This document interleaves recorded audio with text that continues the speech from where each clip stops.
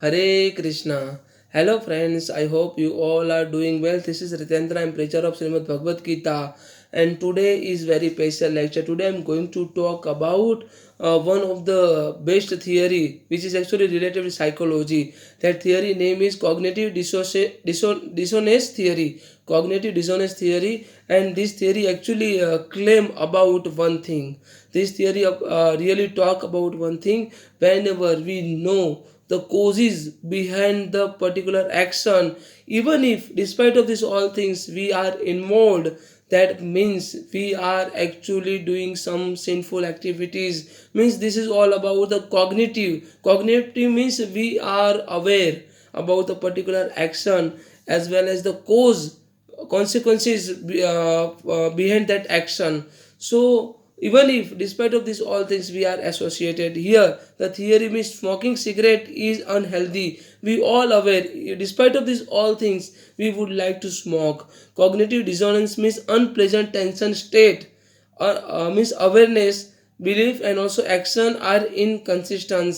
Means we all know if we are actually drinking alcohol, if we are alcoholic, then it will definitely damage our liver. Despite of this all things, because of this material pleasure, we are performing that action. Lord Krishna Madhusudan Mukunda Murari Kesava Janardana Govind Gopala Madhava clearly stated in Srimad Bhagavad Gita, smoking cigarette is unhealthy and I don't smoke cigarette anymore. So these things we all have to understand. Madhusudan Mukunda Murari Kesava Janardana clearly stated, if we smoke, if something is good for the society, that particular action, that particular behavior, that particular nature is also good for each and every human being, each and every individual one. So this is what Madhusudan clearly stated. Change belief. We all have to change our belief because our life is something like a dynamic, and life is all about the changes. So according to this theory, we just have to change our behavior. When people smoke behavior and they know that smoking causes the cancer, they are in the state of cognitive dissonance. Means if I aware about the consequences behind the particular action, that means I am in the dissonance state, I am in the cognitive dissonance state. So here cognitive dissonance theory proposed by the Leon Festinger and post that individual experience discomfort when the holding conflicting the belief or means attitude. Whenever we are actually strongly believing something, we are following strongly something, at the same time whether there is awareness or not, it will not affect to our nature, it will not affect to our behavior. Means we all are learning, means we all are learning from our family, from our friend, from the people around us. So these particular things actually make our belief strong. These all things, our family member, our surrounding, which actually force to all of us to believe in the particular things, and there is a particular belief. We can't write something on that particular plate where there is a written everything, where there is a means we have to erase something, then we can write. We have to make a place, then we can write. Without making a place, we are not able to write. So cognitive dissonance was the first investigated by Leon Festinger and arising out of a participant observation study of a cult that believed that earth was going to be destroyed by flood, and what happened to its member, and particularly a really committed ones who had given up their home and the jobs to work for the cult when the flood didn't happen. So particular belief, particular ideology will surely destroy to all of us. So rajas, tamas and sattva gunas are responsible for our particular belief, particular ideology and particular food as well as particular plan of actions. Rajas, tamas and sattva gunas are there. Madhusudan Mukunda Murari Kesava Janardana Govind Gopala Madhava in chapter number 3. Karma Yoga, Krishna clearly stated. Krishna here clearly stated the slok which actually most favorite to me, slok number 8, chapter number 3. Here Madhusudana clearly stated, Niyatam Kuru Karma Tvam Karma Jaya Hi Akarmanah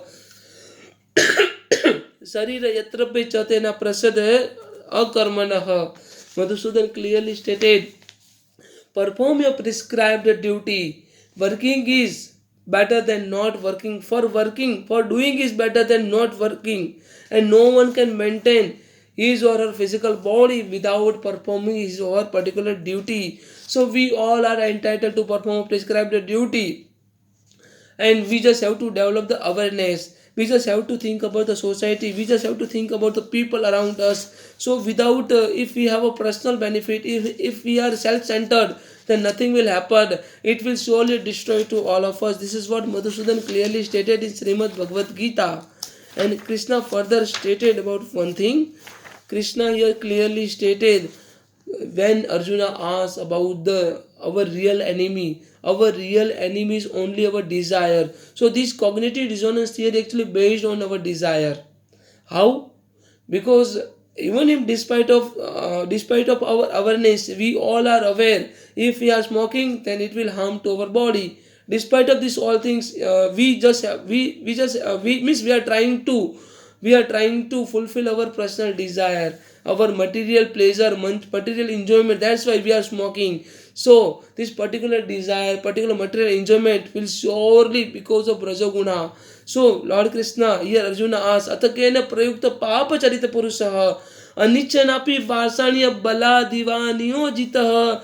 Arjun here asked to Madhusudan Mukunda Murari Kesava Janardana Govind Gopala Madhava. Arjun here asked, O descendant of Vishnu, by what is one impelled to the sinful acts, even unwillingly, as if engaged by force?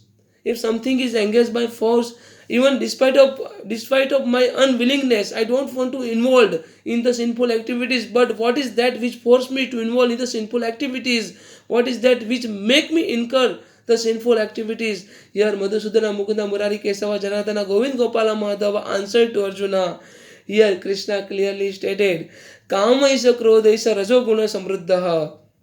Here Madhusudana answer in verse number 37, chapter number 3. Here Krishna clearly stated, Kama is a krodha is a rajoguna samruddha. Mahasano mahapapya vignenyam varinaha.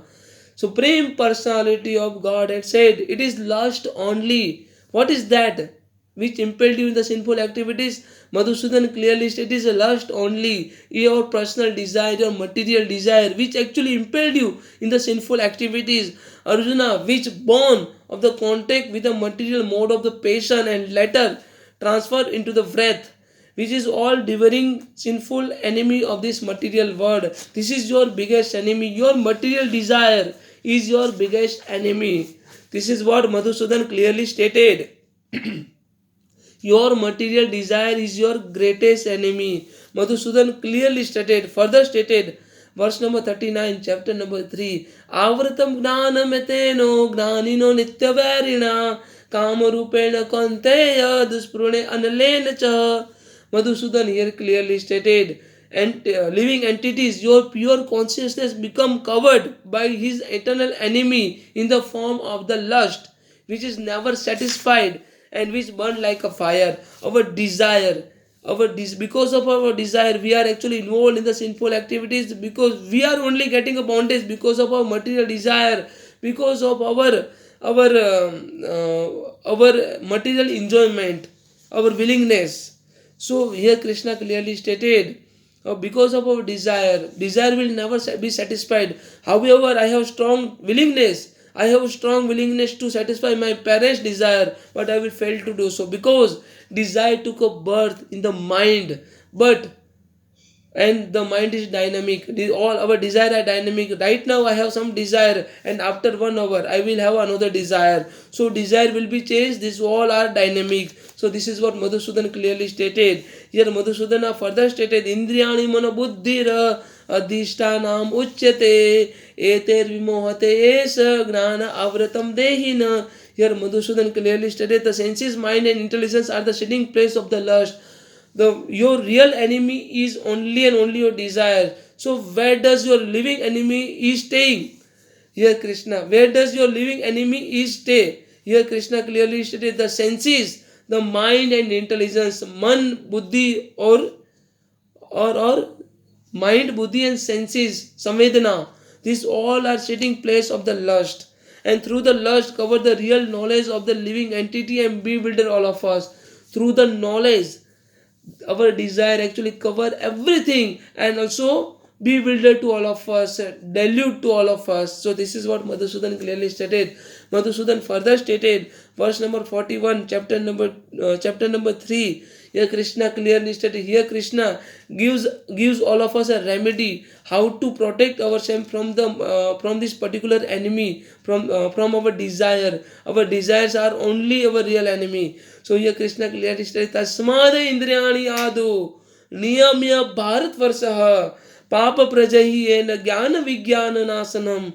Here Madhusudan clearly states, therefore, O Arjuna, the best of Bharata, in the very beginning, in order to curb this great symbol of the saint by regulating the senses, and slay this destroyer of the knowledge and also self-realization. So what you have to do, you have to regulate your senses by your sensory organs.